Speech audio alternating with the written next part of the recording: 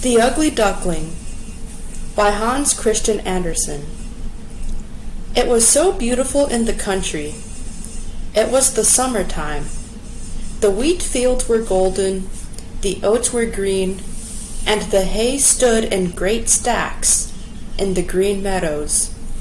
The stork paraded about among them on his long red legs, chattering away in Egyptian, the language he had learned from his lady mother. All around the meadows and cornfields grew thick woods, and in the midst of the forest was a deep lake. Yes, it was beautiful. It was delightful in the country. In a sunny spot stood a pleasant old farmhouse, circled all about with deep canals, and from the walls down to the water's edge grew great burdocks, so high that under the tallest of them a little child might stand upright. The spot was as wild as if it had been in the very center of the thick wood. In this snug retreat sat a duck upon her nest, watching for her young brood to hatch. But the pleasure she had felt at first was almost gone. She had begun to think it a wearisome task, for the little ones were so long coming out of their shells, and she seldom had visitors. The other ducks liked much better to swim about in the canals than to climb the slippery banks and sit under the burdock leaves to have a gossip with her. It was a long time to stay so much by herself. At length, however, one shell cracked, and soon another, and from each came a living creature that lifted its head and cried, "Peep, peep." "Quack, quack," said the mother, and then they all tried to say it too, as well as they could, while they looked all about them on every side at the tall green leaves. Their mother allowed them to look about as much as they liked, because green is good for the eyes. "What a great world it is, to be sure," said the little ones, when they found how much more room they had than when they were in the eggshell. "Is this all the world, do you imagine?" said the mother. "Wait till you have seen the garden. Far beyond that, it stretches down to the pastor's field, though I have never ventured to such a distance. Are you all out?" she continued, rising to look. "No, not all. The largest egg lies there yet, I declare. I wonder how long this business is to last. I'm really beginning to be tired of it." But for all that she sat down again. "Well, and how are you today?" quacked an old duck who came to pay her a visit. "There's one egg that takes a deal of hatching. The shell is hard and will not break," said the fond mother, who sat still upon her nest. "But just look at the others. Have I not a pretty family? Are they not the prettiest little ducklings you ever saw? They are the image of their father. The good-for-naught, he never comes to see me." "Let me see the egg that will not break," said the old duck. "I've no doubt it's a guinea fowl's egg. The same thing happened to me once, and a deal of trouble it gave me, for the young ones are afraid of the water. I quacked and clucked, but all to no purpose. Let me take a look at it. Yes, I am right. It's a guinea fowl, upon my word. So take my advice and leave it where it is. Come to the water and teach the other children to swim." "I think I will sit a little while longer," said the mother. I have sat so long, a day or two more won't matter." "Very well, please yourself," said the old duck, rising, and she went away. At last the great egg broke, and the latest bird cried, "Peep, peep," as he crept forth from the shell. How big and ugly he was! The mother duck stared at him, and did not know what to think. "Really," she said, "this is an enormous duckling, and it is not at all like any of the others. I wonder if he will turn out to be a guinea fowl. Well, we shall see when we get to the water, for into the water he must go, even if I have to push him in myself." On the next day, the weather was delightful.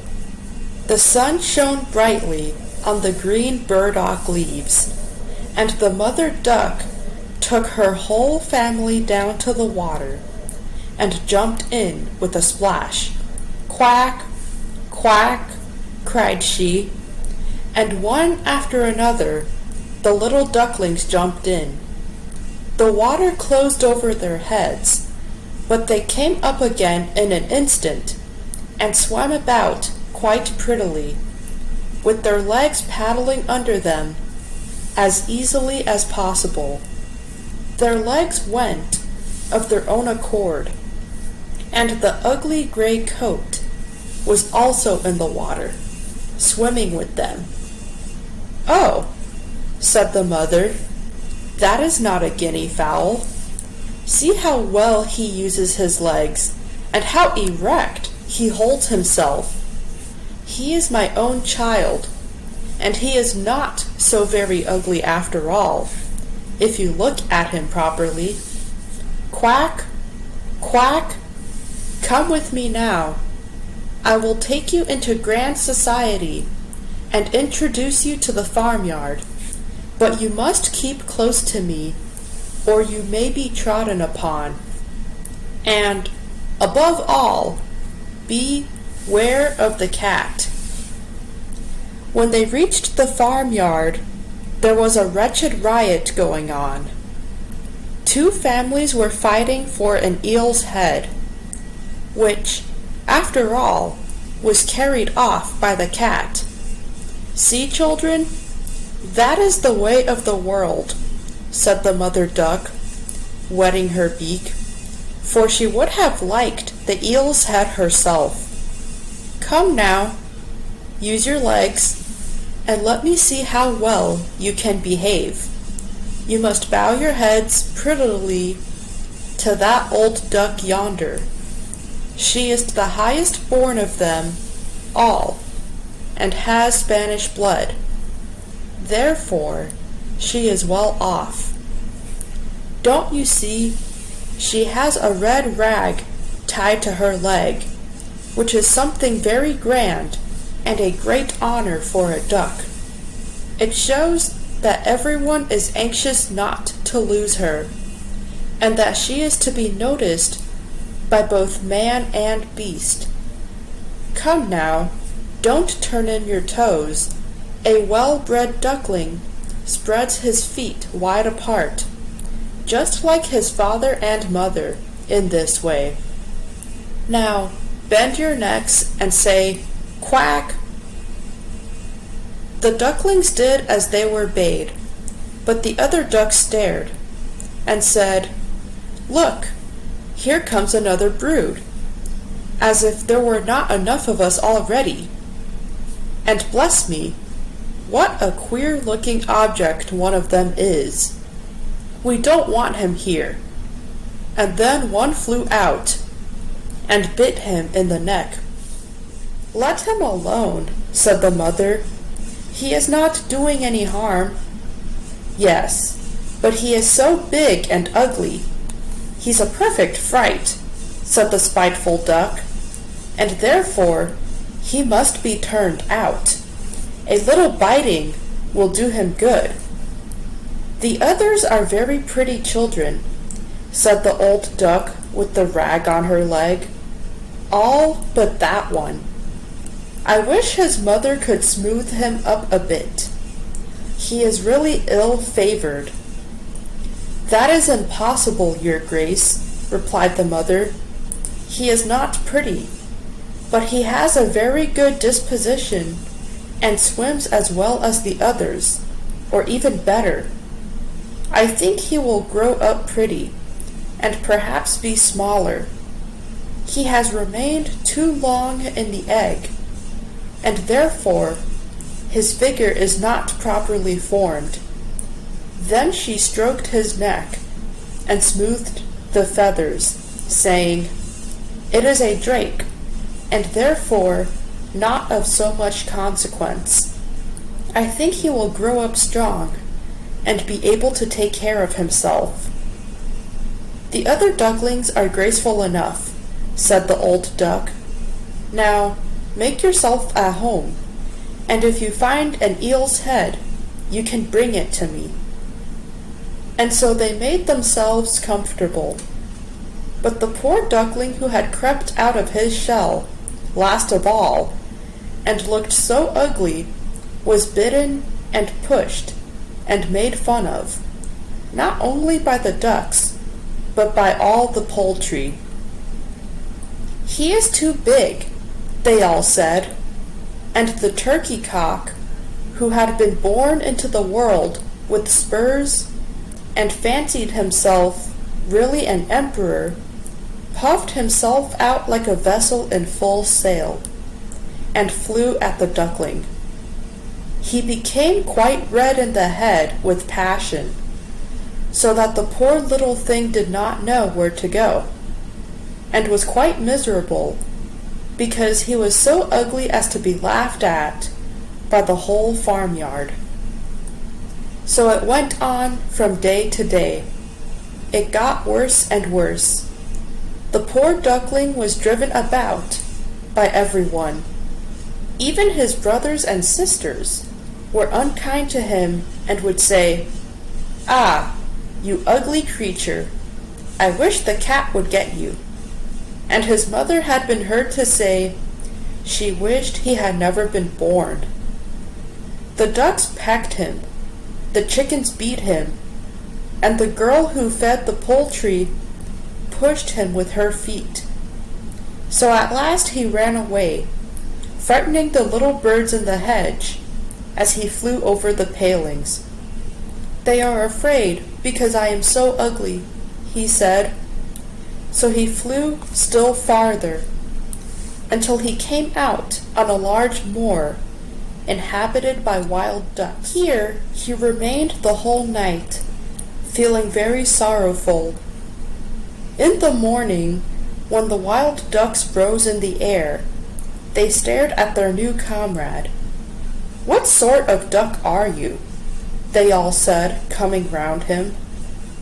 He bowed to them and was as polite as he could be, but he did not reply to their question.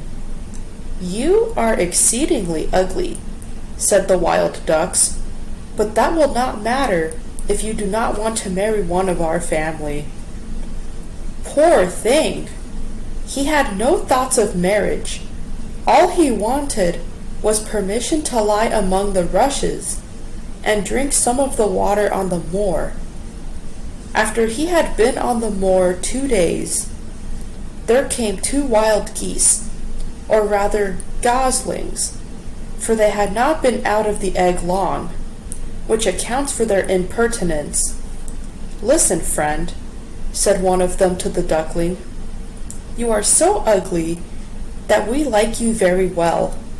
Will you go with us and become a bird of passage? Not far from here is another moor, in which there are some wild geese, all of them unmarried.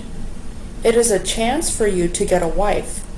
You may make your fortune, ugly as you are." Bang, bang, sounded in the air, and the 2 wild geese fell dead among the rushes, and the water was tinged with blood. Bang, bang, echoed far and wide in the distance. and whole flocks of wild geese rose up from the rushes. The sound continued from every direction, for the sportsmen surrounded the moor, and some were even seated on branches of trees, overlooking the rushes. The blue smoke from the guns rose like clouds over the dark trees, and as it floated away across the water, a number of sporting dogs bounded in among the rushes, which bent beneath them wherever they went. How they terrified the poor duckling! He turned away his head to hide it under his wing, and at the same moment a large, terrible dog passed quite near him. His jaws were open, his tongue hung from his mouth, and his eyes glared fearfully. He thrust his nose close to the duckling, showing his sharp teeth, and then, splash, splash, he went into the water, without touching him. "Oh," sighed the duckling, "how thankful I am for being so ugly. Even a dog will not bite me."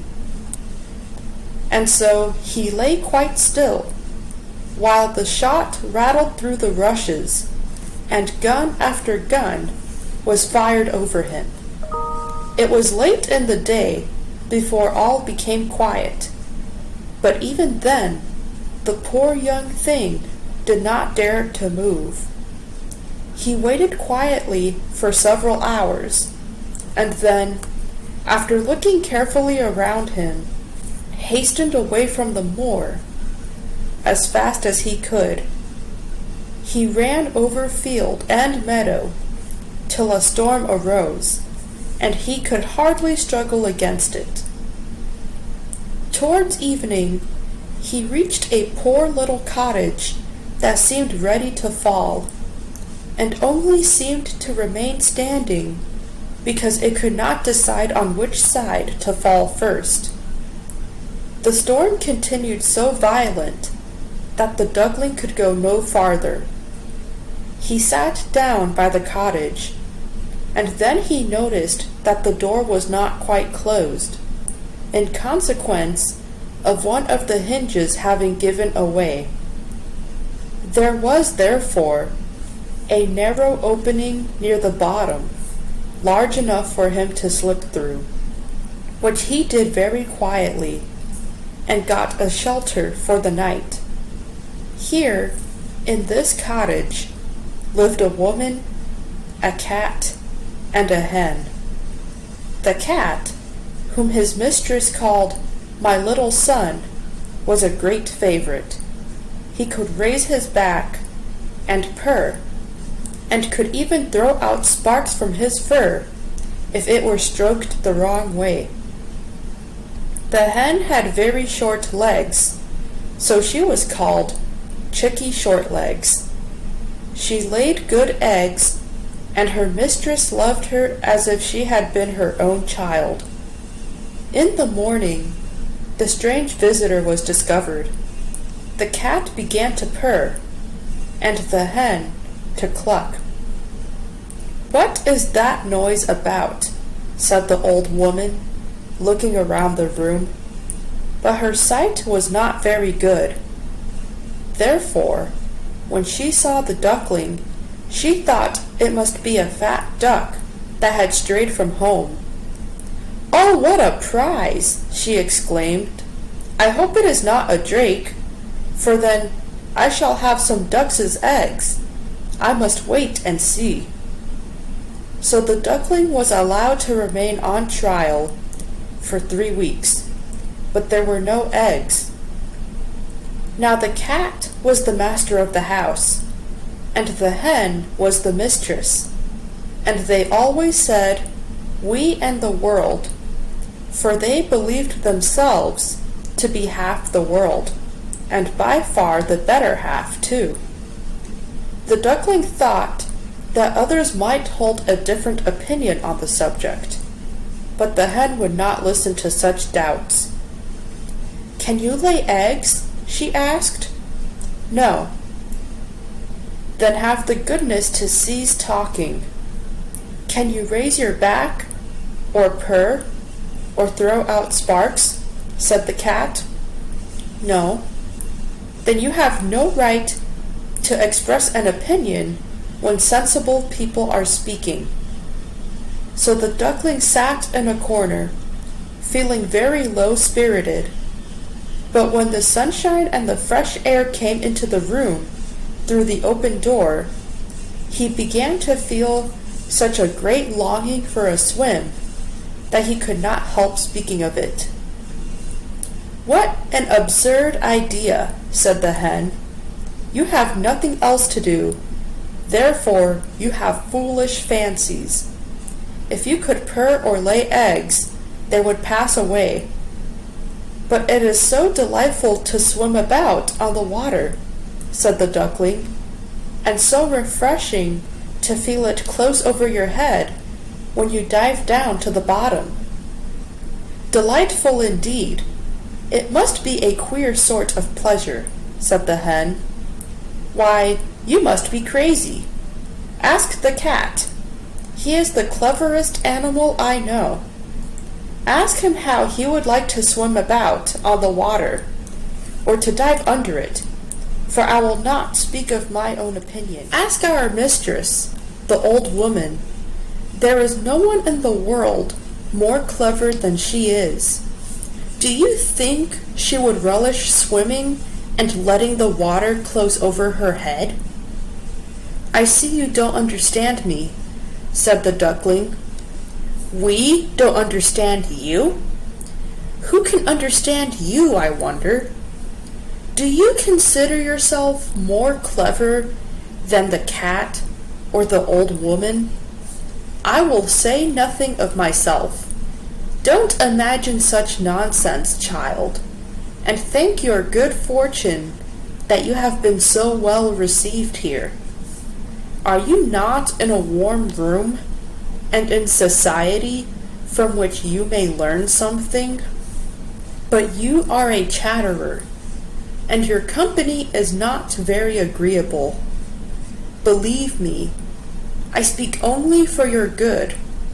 I may tell you unpleasant truths, but that is a proof of my friendship. I advise you, therefore, to lay eggs and learn to purr as quickly as possible." "I believe I must go out into the world again," said the duckling. "Yes, do," said the hen. So the duckling left the cottage and soon found water on which it could swim and dive. But he was avoided by all other animals because of his ugly appearance. Autumn came, and the leaves in the forest turned to orange and gold. Then, as winter approached, the wind caught them as they fell and whirled them into the cold air. The clouds, heavy with hail and snowflakes, hung low in the sky, and the raven stood among the reeds, crying, "Croak, croak." It made one shiver with cold to look at him. All this was very sad for the poor little duckling. One evening, just as the sun was setting amid radiant clouds, there came a large flock of beautiful birds out of the bushes. The duckling had never seen any like them before. They were swans, and they curved their graceful necks, while their soft plumage shone with dazzling whiteness. They uttered a singular cry as they spread their glorious wings and flew away from those cold regions to warmer countries across the sea. They mounted higher and higher in the air, and the ugly little duckling had a strange sensation as he watched them. He whirled himself in the water like a wheel, stretched out his neck towards them, and uttered a cry so strange that it frightened even himself. Could he ever forget those beautiful, happy birds? And when at last they were out of his sight, he dived under the water and rose again almost beside himself with excitement. He knew not the names of these birds, nor where they had flown, but he felt towards them as he had never felt towards any other bird in the world. He was not envious of these beautiful creatures. It never occurred to him to wish to be as lovely as they. Poor ugly creature, how gladly he would have lived, even with the ducks, had they only treated him kindly and given him encouragement. The winter grew colder and colder.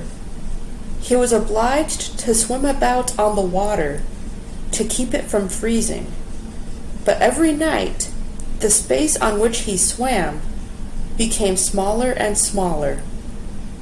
At length it froze so hard that the ice in the water crackled as he moved, and the duckling had to paddle with his legs as well as he could to keep the space from closing up. He became exhausted at last and lay still and helpless, frozen fast in the ice. Early in the morning, a peasant who was passing by saw what had happened. He broke the ice in pieces with his wooden shoe and carried the duckling home to his wife.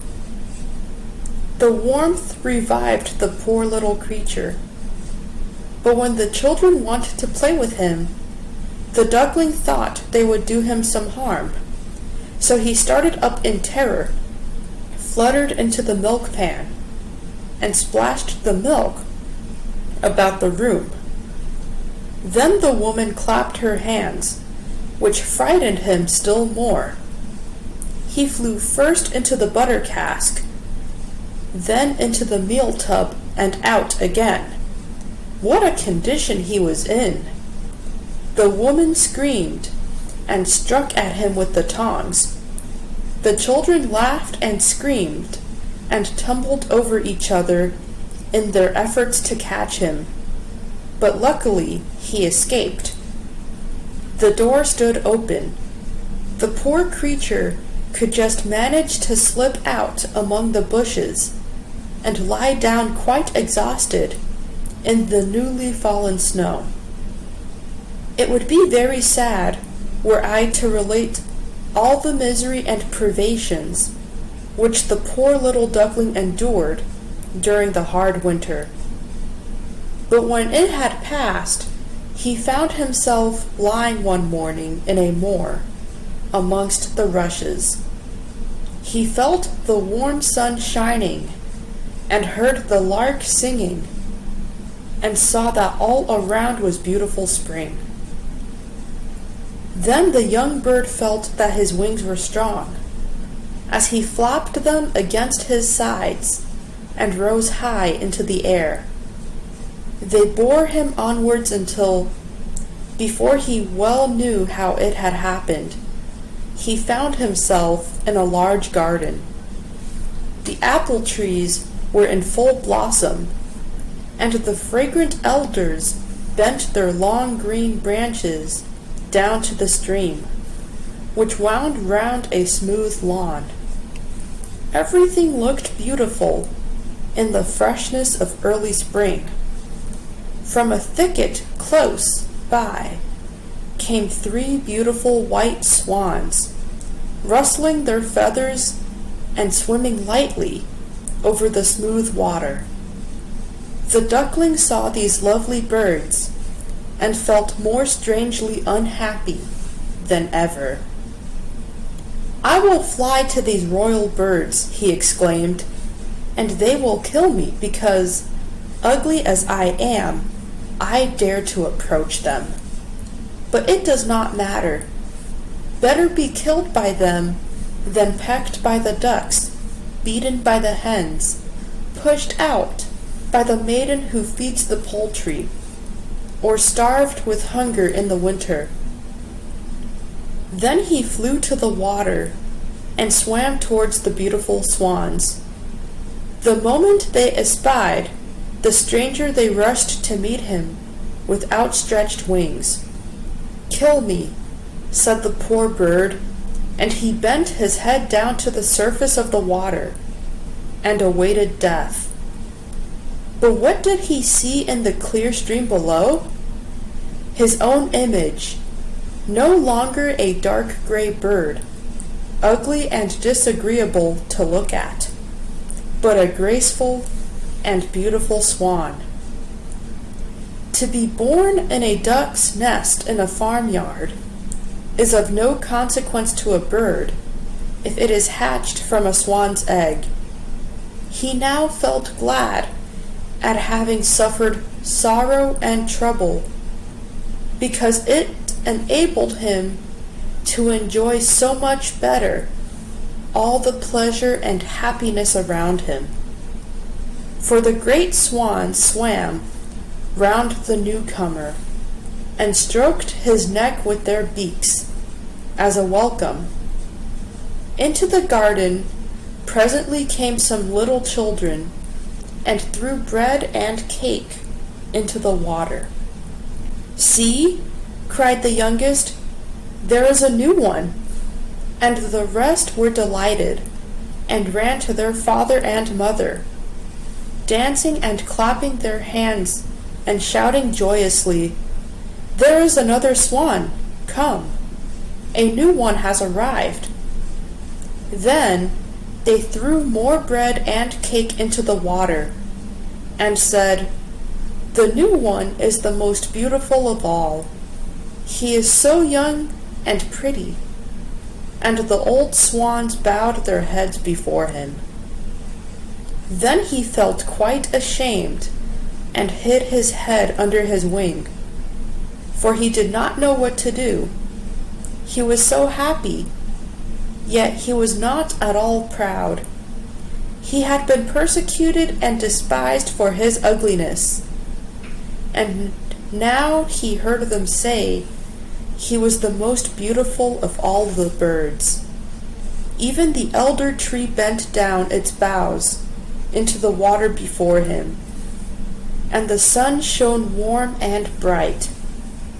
Then he rustled his feathers, curved his slender neck, and cried joyfully from the depths of his heart, "I never dreamed of such happiness as this, while I was the despised ugly duckling."